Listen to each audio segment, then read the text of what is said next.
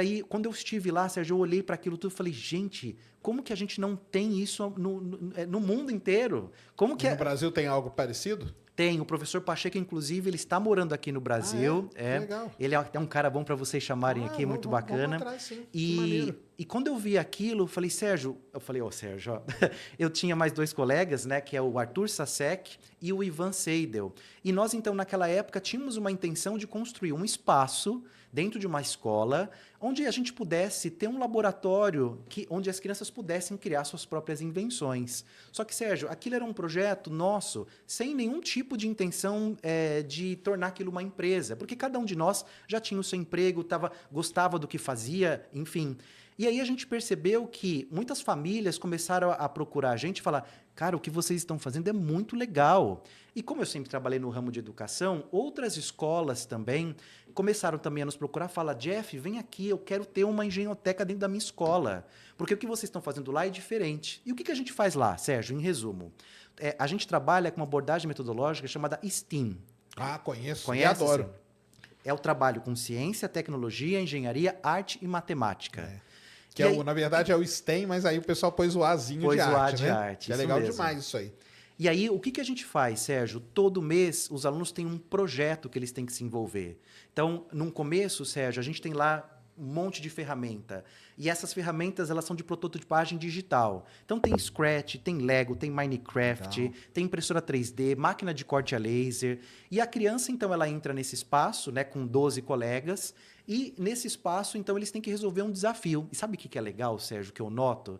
Quando as crianças entram, elas estão acostumadas com o ambiente tradicional de sala de aula, onde você coloca aquelas fileirinhas, sabe, Sérgio? Um atrás do outro. E ele vira pro professor e pergunta, onde é que eu sento? Sabe, a gente já percebe logo de cara... Já foi, tá vendo? As crianças já foram tudo robô. robô. Tudo robozinho, Sérgio. Tudo robô. E a gente sempre brinca que a gente sabe como a aula começa, mas nunca como a aula vai terminar. E o mais gostoso, Sérgio, é ver a oportunidade das crianças criando, encontrando a solução para um problema. Vou te dar um exemplo, por exemplo, do que as crianças mais gostam, que é o uso de Minecraft. E a gente recebe críticas, viu, Sérgio, dos pais, porque fala assim, não, como é que é assim? O meu filho vai para a escola para brincar de Minecraft? Então, mas aí é o pai que não tá ligado no mundo atual, cara. É verdade. Sinto muito. E é o que a gente faz no Minecraft. Vou te dar um exemplo de uma jornada que nós temos lá, Sérgio. A primeira aula, a gente começa a trabalhar, por exemplo, sei lá, sistema solar, vou falar do planeta Marte.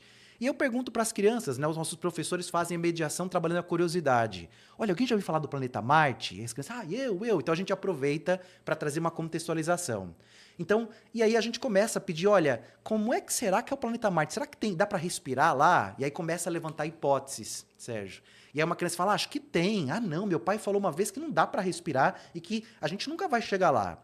E aí a gente começa, olha, vamos ver como se pesquisa isso? E a gente ensina como a criança pesquisa. Para nós é uma coisa óbvia, né, Sérgio? Somos adultos. Mas a criança não sabe ainda pesquisar. E ela começa a pesquisa. Legal, gente, agora vamos entrar no jogo no Minecraft e lá, Sérgio, a gente desenha todos os mapas. E a gente recria, por exemplo, o planeta Marte dentro do Minecraft. Legal. E a gente começa a perguntar, Sérgio, aí é um pouco da sua área. Sérgio, no caso as crianças, né? Tem água no planeta Marte? Tem, Sérgio? Você sabe? Não tem, na superfície não. Não tem. Pois é. Então, e agora? Será que... a gente começa a levantar a hipótese. Então, como o que nós Sérgio... vamos viver lá, né? Não tem água. E Pois aí, água não é importante para sua vida? Exato. E aí, como você vai fazer, né? E aí a gente começa a falar assim, bom, então todos nós agora somos astronautas, eles entram em rede dentro do jogo para construir, por exemplo, um laboratório para sobrevivência, por exemplo, dos astronautas que vão chegar lá no futuro. Aí eles têm que pesquisar como que eles vão conseguir água, como é que eles vão trabalhar com esses recursos. Aí legal, Sérgio, essa, por exemplo, é uma aula 1 de contextualização.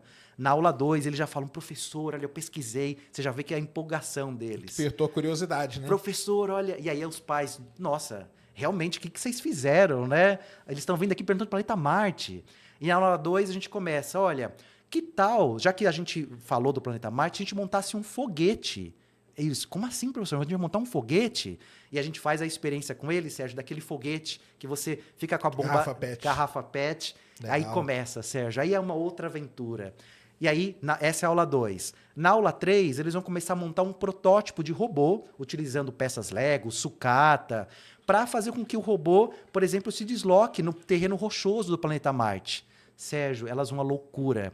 E é legal porque elas começam uma etapa de programação. Então, elas montam um robô, aprendem engenharia, fazem a conexão, por exemplo, das engrenagens. Eles começam a aprender engenharia, por exemplo, quando eu tenho uma engrenagem pequena girando uma maior, eu tenho força, porque eu tenho atração. Experimenta inverter. Coloca a engrenagem grande, conectando com a pequena. O que vai acontecer? Poxa, professor, esse carrinho está mais rápido. Então, é experimentação. A gente trabalha a curiosidade, seja isso que a gente exercita. E na última aula, eles têm uma etapa que é onde você faz uma apresentação do projeto. Legal. Então, eles começam a contar para os colegas, para os outros, o que eles descobriram. E sabe uma coisa que é legal, Sérgio? Aí, voltando ao ensino tradicional. Quando um colega, sei lá, eu montei um robô, você montou um outro robô, Sérgio. Só que o seu robô passa na pedra. E o meu está meio que ali tentando passar. E aí um aluno começa a olhar, óbvio, criança tem a referência que é copiar.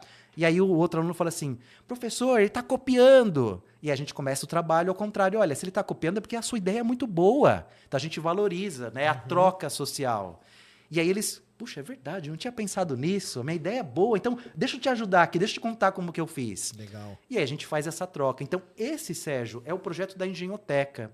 Então foi assim que começou. E começou, claro, de um sonho da gente, de buscar como que a gente trabalha essa educação com metodologias ativas dentro de sala de aula.